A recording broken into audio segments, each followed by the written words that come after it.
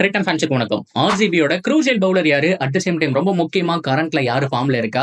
S தயாளுடைய home கமிங்னு சொல்லிட்டு RCB அப்டேட்டை அள்ளி போட்டு எடுத்துட்டு வந்திருக்கேன். என்ன ஏது அப்படிங்கிறத பார்க்கலாம். அதுக்கு முன்னாடி ஃபர்ஸ்ட் டைம் சேனலுக்கு வரீங்கன்னா மறக்காம சப்ஸ்கிரைப் பண்ணி சப்போர்ட் பண்ணுங்க. அப்பதான் அப்டேட் எல்லாமே உங்களை வந்து சேரும்.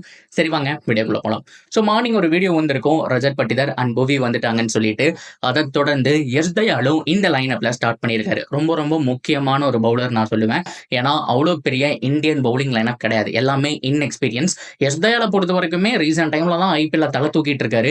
அவருடைய கரியரையே முடிச்சு வச்சாருங்க ரிங்கு சிங். அதுக்கப்புறம் வந்துட்டு ஒரு கம்பேக் ஆர்சிபில லாஸ்ட் ஒரு 7 மேட்சஸ் நல்லா பண்ணியிருக்காரு. அண்ட் தோனி அவர்களுடைய 6 போனதுக்கு அப்புறம் அவ்வளவுதான், அவருடைய கரியர் மறுபடியும் முடிஞ்சு போச்சுன்னு நினைச்சோம். ஸோ அதுக்கப்புறம் அவருடைய விக்கெட் எடுத்து ஃபைனல் ஓவர் ஓரளவுக்கு வந்துட்டு செம்மையாவே போட்டு கம்பேக் கொடுத்திருக்காங்க. ஸோ அதுக்காகவெல்லாம் ஸ்குவாட்ல எடுக்கணுமா அப்படிங்கிற மாதிரி ஆர்சிபி ஃபேன்ஸே கேட்டாலும் அவருக்கு அந்த பொட்டன்சியல் இருக்கு அப்படிங்கிற மாதிரி தான் விராட் கோலி அவர்களுடைய நம்பிக்கையும் இருக்கு. And Rajat Patidar also trust பண்றாருங்க. அதுல ஒரு துளி கூட மாற்றம் கிடையாது.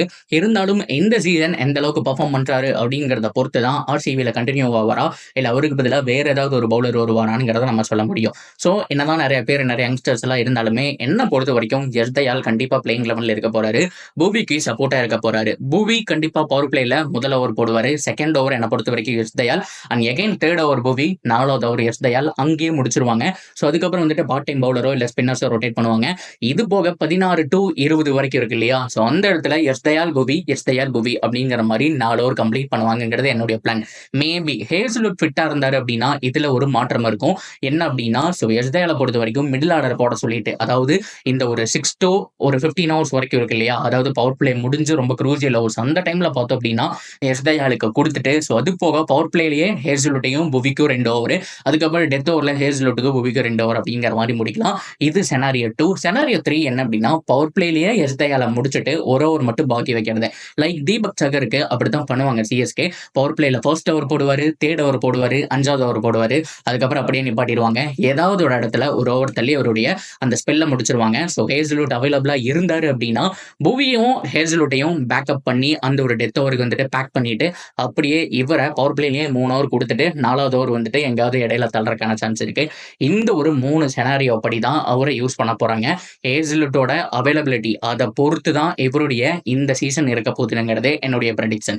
ஸோ இதுக்கு நடுவில் ரொம்ப முக்கியமான பவுலர் அப்படின்னு அழைக்கப்படுற புவி பயிற்சியில ஈடுபட்டு இருக்காரு. அட் சேம் டைம் ரொம்ப முக்கியமா எஸ் தயால் வந்த உடனே பார்த்தோம் அப்படின்னா ஆடசூட் அவருக்கு இருக்கு, முடிச்ச உடனே அவரும் பயிற்சிக்கு போக போறாரு.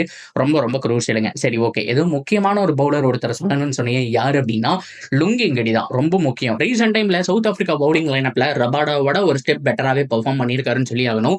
இந்தியா கூடயும் அந்த கன்சிஸ்டன்சி இருந்தது. ஸோ அந்த அளவுக்கு நல்லாவே போட ஆரம்பிச்சிட்டாருங்க. அவருடைய பழைய ஃபார்ம் சிஎஸ்கேல இருக்கும்போது எந்த அளவுக்கு ஒரு யங் டேலண்ட் இருந்ததோ ஒரு 2 to 3 இயர்ஸ்க்கு அப்புறம் திரும்பி பார்க்குற மாதிரி இருக்கு.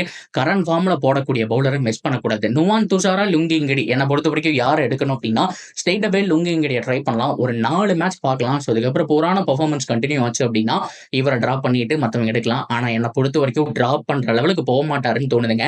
ரீசெண்ட் டைம்ல பர்ஃபார்மன்ஸ் கன்னு மாதிரி வச்சிருக்காரு. எல்லா டோர்னமெண்ட்லயுமே பார்த்தோம் அப்படின்னா சூப்பரா பர்ஃபார்ம் பண்ணியிருக்காரு. சாம்பியன்ஸ் ட்ராஃபில நல்ல பர்ஃபார்மன்ஸ், அதுக்கு முன்னாடி நடந்த சீரீஸ்லயும் ஓரளவுக்கு நல்ல பர்ஃபார்மன்ஸ். அவரால் முடிஞ்ச அளவுக்கு பார்த்தோம் அப்படின்னா அவுட்புட் போட்டிருக்காரு. ரபாடாக்கு அப்புறம் நான் தாண்டா, ரபாடாக்கு ஈக்குவலா என்னையும் பேசுங்க அப்படிங்கிற மாதிரி ஒரு ஸ்டேஜுக்கு வந்துட்டாரு. என்ன பொறுத்த வரைக்கும் நுவான் துஷாரா, ரொமேரியஸ் எப்போட, ஹேஸ்லுட் இந்த மாதிரி நிறைய ஆப்ஷன் இருந்தாலுமே ஸ்ட்ரெயிட்டாவே வந்துட்டு ஹேஸ்லுட் இல்லை அப்படின்னா நான் கண்டிப்பா லுங்கி எங்கடியே தான் ட்ரை பண்ண போறேன். ஒரு 4 ஓவர் இந்த மாதிரி தான் அப்படிங்கிற மாதிரி தோணுது. கண்டிப்பா மிடில் ஆர்டர்ல ஒரு 4 ஓவர் மேபி நல்லா போட்டார் அப்படின்னா டெத்தில் கூட கொடுக்கறதுக்கான சான்ஸ் இருக்கு. ஒரு 4 மேட்ச் வரைக்கும் அவருடைய பர்ஃபார்மன்ஸ் பார்க்கலாம். 2 மேட்ச் ஸ்கோரா பண்ணாலுமே கண்டிப்பா சான்ஸ் கொடுப்பாங்க. ஸோ அதுக்கப்புறம் தான் டிராப் பண்ணிட்டு மற்ற பவுலர்ஸ் எல்லாமே. ஸோ ஹேஸ்லுட்டை பொறுத்து தாங்க ஆர்சிபியோட பவுலிங் யூனிட்டே இருக்கு. நிறைய டேலண்ட் இருக்காங்க, நிறைய ஃபார்ம் பிளேயர்ஸ் எல்லாம் இருக்காங்க. இன்ஃபார்ம் பிளேயர்ஸ்க்கு ஸ்ட்ரெயிட்டாவே ட்ரை பண்ணுவாங்களா, இல்லைன்னா ஹேஸ்லுட் வந்தாலுமே அவர் ரொம்ப நாளுக்கு அப்புறம் வராரு, ஸ்ட்ரெயிட்டாவே அவர் கையில கொடுப்பாங்களாங்கிறது ஒரு டவுட் தான்.